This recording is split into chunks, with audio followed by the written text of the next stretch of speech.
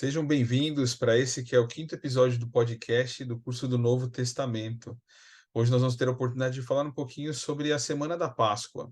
Nós temos aqui a Cássia e o Guilherme que está com a gente e nós vamos ter a oportunidade de debater algumas perguntas a respeito dos eventos durante a Semana da Páscoa como parte do bloco dessa semana, né? O bloco dessa semana ele fala um pouquinho sobre a semana que antecede a Páscoa, né, o Domingo de Ramos, quando o Salvador Jesus Cristo ele fez a entrada triunfante dele em Jerusalém e quando os seguidores do Salvador acenavam com folhas de palmeira, né, e gritando Hosana, uma frase com o sentido de salve-nos, a fim de que Cristo de fato pudesse salvá-los. É interessante que no caso daquele povo, eles tinham uma preocupação de que o Salvador pudesse salvá-los do governo romano, mas os objetivos do Salvador eram bem mais eternos, né? De modo que o Salvador veio para nos oferecer salvação eterna também. Como é que a gente pode, hoje em dia, receber o Salvador em nossa vida com amor e louvor, assim como aquele povo recebeu o Salvador no Domingo de Ramos? O que vocês podem compartilhar de como podemos receber o Salvador em nossa vida hoje com amor e louvor? A primeira coisa que veio na minha cabeça foi aquela gravura da porta sem a maçaneta, que diz, né, que nós devemos abrir a porta para o Salvador Jesus Cristo. Eu acho que a forma que nós temos de receber ele hoje em dia seria através não só dos mandamentos, mas de seguir os passos dele. Acredito que é muito sobre fazer as coisas que ele fazia, né? Não só ser imitadores, mas nos tornarmos discípulos. É que nem eu ia falar bem a gravura que a Cássia falou, mas é que nem a gente deixar o Salvador entrar, abrir os nossos corações, deixar o nosso coração aberto para ele entrar. Nem acho que tem uma escritura, não lembro a escritura que fala. Não, tem um hino que fala, deixa, deixa a luz do sol entrar dentro do nosso coração. E a gente tem que deixar o Salvador entrar no nosso coração. Legal, bacana, Gui. Ou seja, recebê-lo de tal maneira que ele seja parte de nós, né? Alguns eventos aconteceram durante aquela semana, né? A semana da Páscoa, aquela que era a última semana da vida do Salvador, antes dele ser crucificado e ressuscitar, dentre as quais um dos eventos foi a purificação do templo, né? Enquanto Salvador estava em Jerusalém, ele visitou o templo e lá dentro, né, do templo, Salvador viu vários comerciantes fazendo negócios. Ele fica chocado em ver um lugar de adoração sendo profanado e transformado, como ele mesmo disse, né, em um covil de ladrões. E então, falando com autoridade, uma autoridade inconfundível, ele ordena que aqueles comerciantes e cambistas saíssem, né? Então, essa passagem ela é tão interessante e eu queria trazer uma outra pergunta para a gente debater aqui. Que lições importantes nós podemos aprender a respeito dos templos com essa experiência do Salvador e quais são algumas formas de a gente demonstrar a reverência que os templos precisam ter? Então, são duas perguntas aqui. Primeiro, que lições importantes a gente pode aprender a respeito dos templos com base nessa experiência do Salvador, quando ele expulsa de lá os comerciantes e cambistas que estavam profanando o templo? E a outra pergunta é como é que a gente pode demonstrar uma verdadeira reverência pelos templos? Eu acho que a primeira pergunta é que o templo é uma casa de Deus. O templo é um lugar sagrado. Hoje em dia a gente vai no templo, a gente não vê ninguém lá na porta vendendo, ninguém fazendo nada. E eu gosto muito de uma, eu não lembro se é uma citação ou um discurso. O templo é um lugar sagrado e são coisas sagradas. A gente não tem que fazer nada dessas coisas lá na frente. Legal, Gui. É Uma verdade, das né? coisas Uma das coisas que me veio à mente é aquela escritura que fala que eis que minha casa é uma casa de ordem, de jejum e de oração, e eu não lembro dela completa, mas é nesse sentido. E é exatamente isso, né? Como o Gui falou, a gente não vê pessoas vendendo coisas ali na porta do templo. Acho que foi uma das poucas vezes que a gente vê nas escrituras do Salvador mais irado, assim, bravo. Acho que ele tava decepcionado, ele tava bravo mesmo ali, eu lembro do vídeo, e tipo, maior coisa assim, quando vai ver, é o Salvador Jesus Cristo quebrando tudo. E deve ser essa forma, nós devemos tratar a casa de Deus com respeito, né, e reverência. Até porque ele habita lá, né? Eu lembro de quando o profeta ele veio no Brasil, que ele compartilhou uma experiência, né? não foi uma experiência, foi por cima, ele falou, né, que ele sabia que Cristo andava naqueles corredores, que até mesmo no jardim ele poderia sentir ali o Salvador Jesus Cristo. Então nós devemos ter respeito, estando dignos ao entrar no templo, né, manter a nossa santidade, incólume, coisas assim. Acho que entrar com o real propósito de ir na casa do Senhor desejosos, porque lá é onde são realizadas ordenanças por pessoas que não tiveram oportunidade ou, né, que infelizmente nasceram numa época em que não tinha o evangelho. Então, a gente, a gente deve dar mais valor, né? É Sobre verdade. isso. Eu tenho um amigo que ele disse que a gente tem o templo no quintal da nossa casa, né? Ou seja, o templo tão próximo e temos sido tão abençoados com tantos outros templos sendo construídos no nosso próprio país, né? E ter essas casas santas, né? Conforme a gente tem na entrada, né? A casa do Senhor, santidade ao Senhor, é uma bênção para nós, né? E precisamos tratar realmente com a devida reverência e respeito. Os templos são lugares de revelação, né? Ou seja, um lugar onde a gente pode de fato se aproximar mais do Salvador Jesus Cristo, sem dúvida. Legal. Durante aquela semana ainda, né, que a semana da Páscoa, o Salvador, ele nunca perdeu oportunidades de ensinar o Evangelho. Ele sempre, na verdade, aproveitava toda e qualquer oportunidade para ensinar o Evangelho. E naquela semana é quando ele ensina também, por exemplo, sobre os grandes mandamentos, né? Ou seja, ele ensinou sobre a importância de amarmos a Deus de todo o nosso coração, de toda a nossa alma e todo o nosso pensamento, e também amar o nosso próximo como a nós mesmos, né? E qual que é a importância para vocês de demonstrar respeito e amor por todos os filhos de Deus como parte do discipulado? Como é que isso é importante para você, demonstrar respeito e amor a todos os filhos de Deus como um discípulo de Jesus Cristo? Sabe, Fábio, que às vezes eu falo zoando pra minha irmã, né? Eu te amo só porque é mandamento, porque se não fosse, na brincadeira. Só que esses dias, né, eu tenho uma rotina, eu levantei um pouco tarde, aí eu fui levar a cachorra, né, para fazer as necessidades. E eu encontrei uma senhorinha, ela estava carregando sacola com tanta dificuldade, e que eu falei assim, será que eu vou? Mas só que nesse será que eu vou, eu já estava lá. Aí eu, a senhora precisa de ajuda? Preciso sim, muito obrigada. Ela falou, eu moro aqui em frente, mas eu posso. E eu subi, e eu fui. E eu fui conversando com ela e tudo mais, né? Aí a gente chegou na casa dela, deixei as sacolas e voltei para casa. E quando eu tava voltando, eu me senti tão. Falei, nossa, eu ajudei alguém hoje, né? Então, a importância de nós amarmos o próximo, não só porque vai fazer bem pra gente, mas porque são as pequenas coisas, né? Tem um personagem que eu gosto muito da história da igreja, que é Efraim Hanks, quem assistiu o Resgate de Efraim vai lembrar. E tem uma fala do filme que eu nunca esqueço, que ele diz que estar digno quando se tem a oportunidade é uma lição que ele custou aprender. Então, quando a gente ama o próximo, a gente tem a oportunidade de servir, a gente tem a oportunidade de ser mais como o Salvador Jesus Cristo é. A gente tem a oportunidade de fazer bem a nós mesmos, né? Porque bom, amar o próximo como a si mesmo. Então, acho que é muito disso envolvido. E a gente tem a oportunidade de fazer com as pessoas como o Salvador ele faz com a gente, né? De demonstrar amor. Acho que foi semana passada.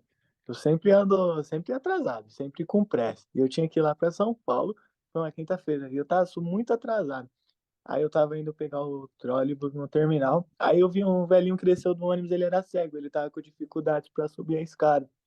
Aí eu fiquei com um pensamento, será que eu vou? Aí eu não vou. Aí eu peguei e voltei para trás para ajudar. Aí ele perguntei onde que o senhor vai. Ele falou, eu vou lá na frente, não vai te atrapalhar? Falei, não. Mesmo que eu estivesse super atrasado, eu falei, não vai me atrapalhar. Eu peguei, fui e ajudei ele. E, tipo, depois dessa situação, tipo, meu dia começou a melhorar.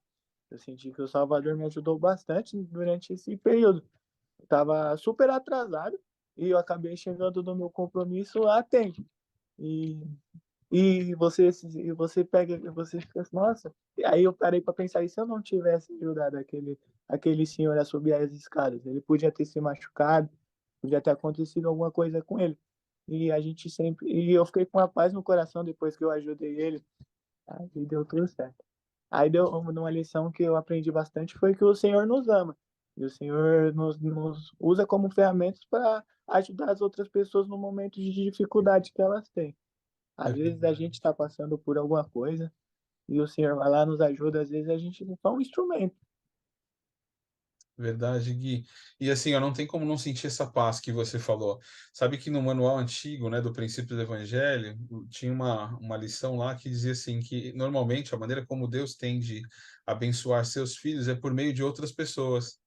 E é exatamente isso, né? Ou seja, nós somos as mãos do Senhor em coisas simples, muitas vezes, mas que talvez para nós pareça muito mais simples do que para aqueles que recebem ajuda. E aí aqueles que recebem ajuda têm uma gratidão tão grande, porque às vezes nessa correria da nossa vida, a gente não consegue parar muitas vezes para ajudar alguém que precisa, né? A gente tá assim, sempre correndo e às vezes a gente até perde as oportunidades que estão ao nosso redor de poder realmente servir as pessoas. A gente não identifica essas oportunidades. Então, que bacana essa sua experiência, né? Sem dúvida. Puxa, obrigado por compartilhar mesmo. E você vai ter muita oportunidade de ajudar muitas outras pessoas agora no campo missionário também, né? Legal, vamos em frente aqui. E durante aquela semana, então, a semana do sacrifício do Salvador, que se inicia ali, né? Ele passa o feriado sagrado da Páscoa com os apóstolos, ele institui a ordenança sagrada do sacramento, na qual os discípulos são convidados a comer e beber em lembrança dele. E aí ele ensina o poder reconfortante do Espírito Santo. O Salvador sabia que o tempo dele estava acabando em breve, e ele ordena, então, de fato, como a gente tem comentado aqui, né, que os discípulos pudessem amar uns aos outros. O Salvador, então, depois vai ao Getsemane, e ali, no momento de comunhão com Deus, é quando ele de fato ora e em comunhão com o Pai Celestial, buscando forças para tomar sobre ele todas as nossas dores, nossas aflições, nossas enfermidades, e então depois ele é traído por Judas, conforme a gente conhece ali nas Escrituras. Na sexta-feira, o Salvador então é crucificado. Depois, na verdade, de uma série de julgamentos parciais, né, ele é sentenciado à morte por crucificação. E nesse episódio, os soldados romanos começam a zombar dele, a açoitar o Salvador, né? E ele é pregado em uma cruz. É interessante que, ao invés de condenar aqueles que faziam isso com o Mestre, ele implora ao Pai Celestial, e talvez essa é uma das passagens mais marcantes das Escrituras, quando ele diz, ainda da cruz, né? Perdoa-lhes porque não sabem o que fazem. Olha a tamanha grandiosidade do Salvador em perdoar aqueles que estavam zombando, o açoitando e que o pregaram na cruz. Mesmo no momento mais sombrio, talvez ali da vida do Salvador, ele fala sobre amor e redenção. E em seu último suspiro, ele dirige-se a Deus, né, dizendo que agora estava consumado, entregando sua própria vida. Há uma experiência interessante registrada tanto em Mateus mesmo ali no capítulo 26, capítulo 27, falando sobre a crucificação do Salvador, há um testemunho improvável que vem de um centurião romano, e você vai lembrar junto comigo, né, daqueles que estavam junto com ele, e que disse: verdadeiramente este era o Filho de Deus. Um daqueles soldados reconheceu, especialmente ao ver os sinais que começaram a acontecer logo após a crucificação do Salvador, de que de fato aquele era o Filho de Deus, né? O corpo do Salvador então é colocado no sepulcro, né? E as pessoas ali sofriam muito por agora pensar, puxa, aqueles que seguiam o Salvador, né? Pensando que talvez aquele pudesse ser o fim, mesmo exercendo fé e sabendo que Cristo ressuscitaria. É, eles então colocam uma pedra e dois soldados para que possam guardar o sepulcro, a fim de que ninguém pudesse remover o corpo do Salvador e dizer que ele havia ressuscitado, de modo que ele não tivesse ressuscitado, mas para que pudesse enganar, né, ou agir de forma fraudulenta. Mas o que acontece, e nós sabemos bem, é que no domingo de manhã, o Salvador, ele de fato ressuscitou, né? Logo cedo, Maria Madalena, uma amiga e seguidora do Salvador, vai ao sepulcro para cuidar do corpo do Salvador, e para o espanto dela, ela encontra a sepultura vazia, né?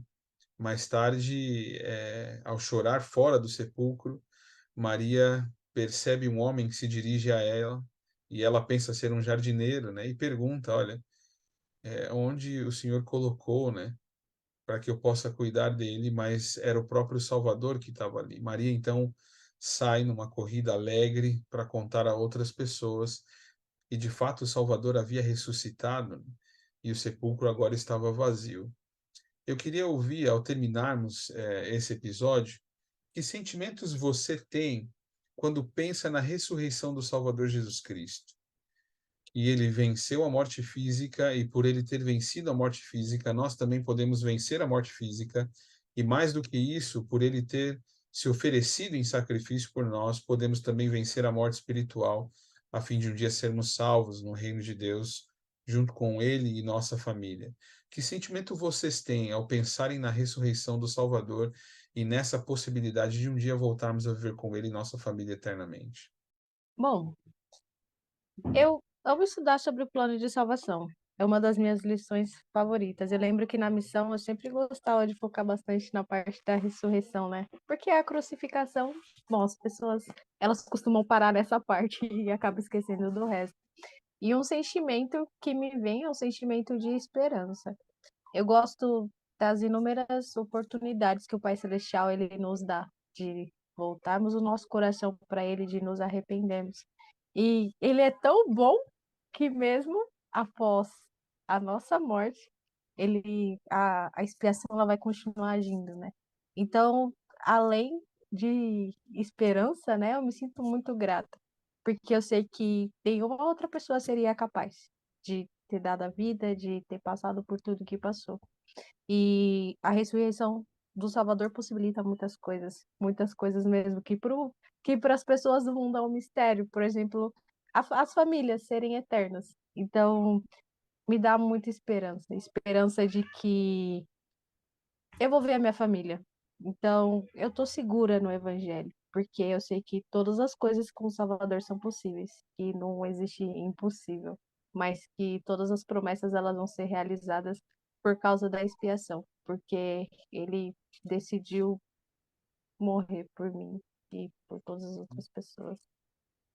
Verdade, é interessante. Graças a ele, o impossível se torna possível, né? Acho que um sentimento que me vem bastante é olhar para o túnel e ver uma luz de esperança, uma luz que eu possa seguir. E nem a Cássia falou lá no comecinho do episódio, a gente tem que deixar só o nosso Salvador entrar no nosso coração, que quando a gente abre o coração, ele vai ele vai nos ajudar, ele vai nos dar luz, vai dar sabedoria pra gente. Em todos, eu gosto de sempre pensar, se não fosse ele ter sofrido na cruz, o que seria da gente? E todo dia eu penso, será que se fosse eu daria meu filho para salvar? E graças a ele a gente tem a possibilidade de nos arrependermos de todas as coisas que a gente faz de errado. A gente não é perfeito, a gente erra, a gente peca, mas graças a ele a gente tem a oportunidade de nos arrepender e de não voltar o nosso coração a ele. É isso. Legal, eu gosto do que quando ele fala, é isso. Sabe que eu vou pegar esse gancho do que você falou, graças a ele, né? Tem um vídeo da igreja que é um dos meus favoritos de Páscoa, que é chamado Graças a Ele mesmo, que diz assim, ó: era inimaginável, impossível, incalculável, sem precedentes. Um único ato que mudou a história, possibilidade, destino. Ele era carpinteiro, mestre, rejeitado, líder. Ainda assim, ele fez o que nenhum carpinteiro, mestre, rejeitado ou líder jamais fez.